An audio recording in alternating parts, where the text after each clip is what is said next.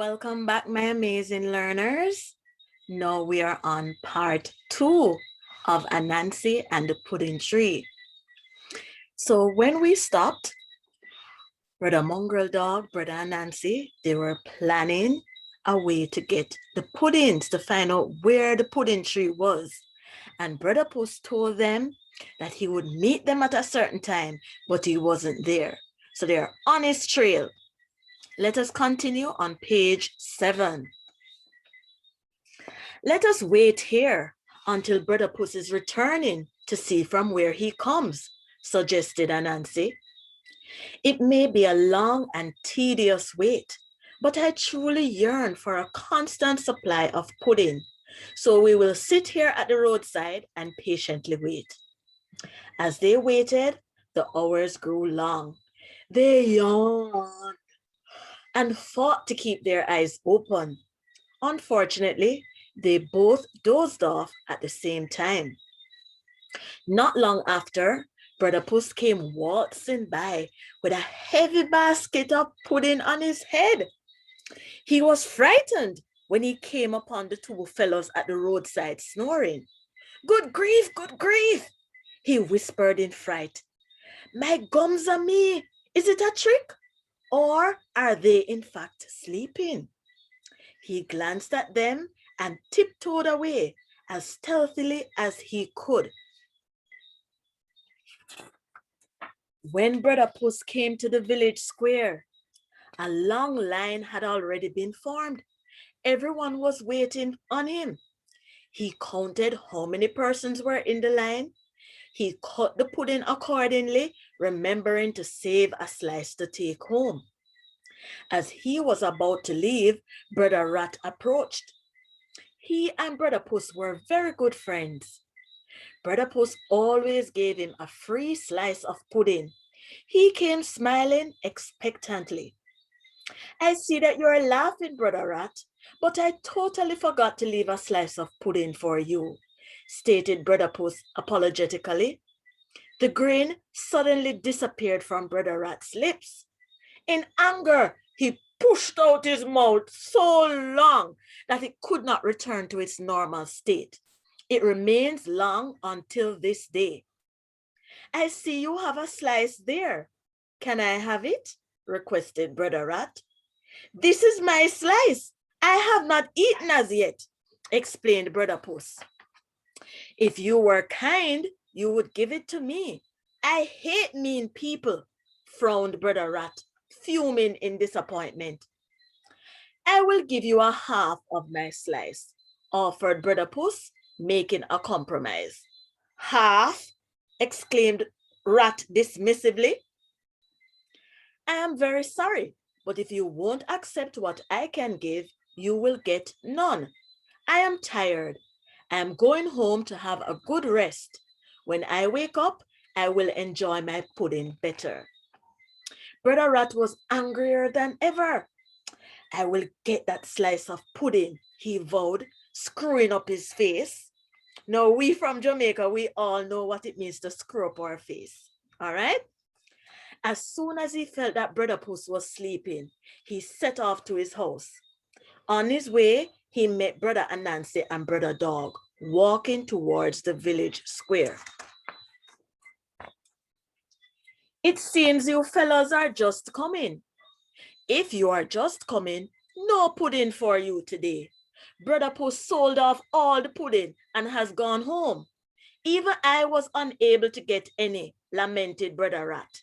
Can you imagine a creature so mean, cruel, and heartless? I will not believe, yelped Brother Dog.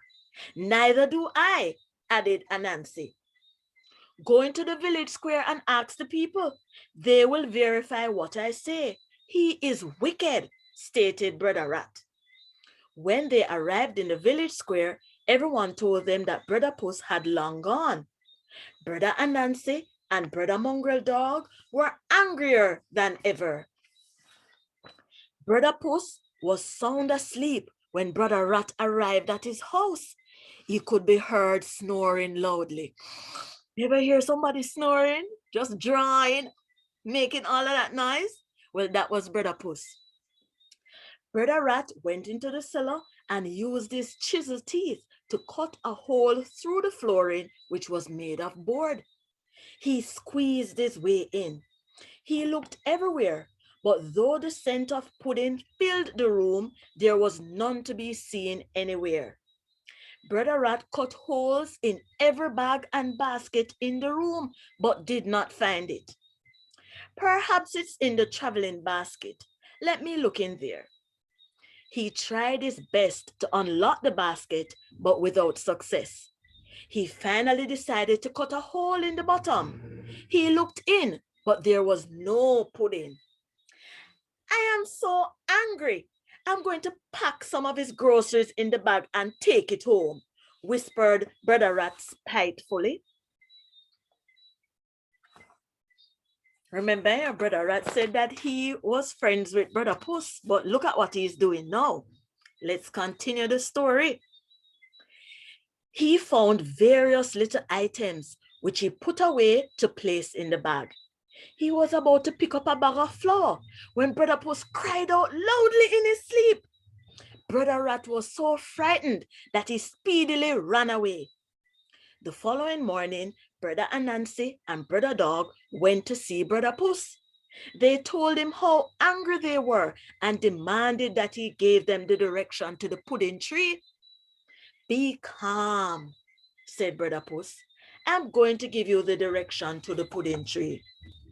He carefully instructed them, giving the directions in details.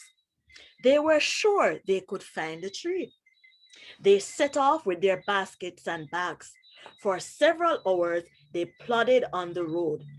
Each time they identified a landmark, their spirits lifted. They came to the location and spied a tree with large round fruits hanging from slender branches. The pudding tree! They gleefully shouted. As they came closer, their joy began to turn to despair.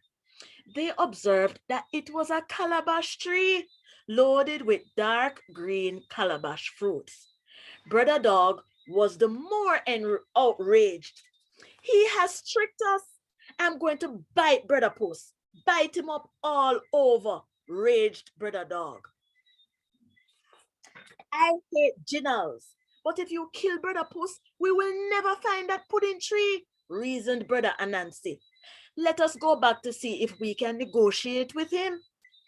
When they arrived at his home, he was in a very bad mood. He told them that someone entered his room while he was asleep. He took them inside and showed them pieces of paper scattered over the floor, holes drilled or carved in several pieces of furniture, and liquid spilled everywhere. Good, good, a worse thing should happen to you, grumbled Mongrel Dog inaudibly. Do you have any idea who has done this? Asked Anancy.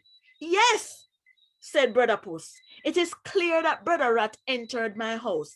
I'm going to stretch his tail, stretch his mouth, and stretch his whiskers. All right, we're going to pause there for part 2. Stay tuned for part 3 of the story.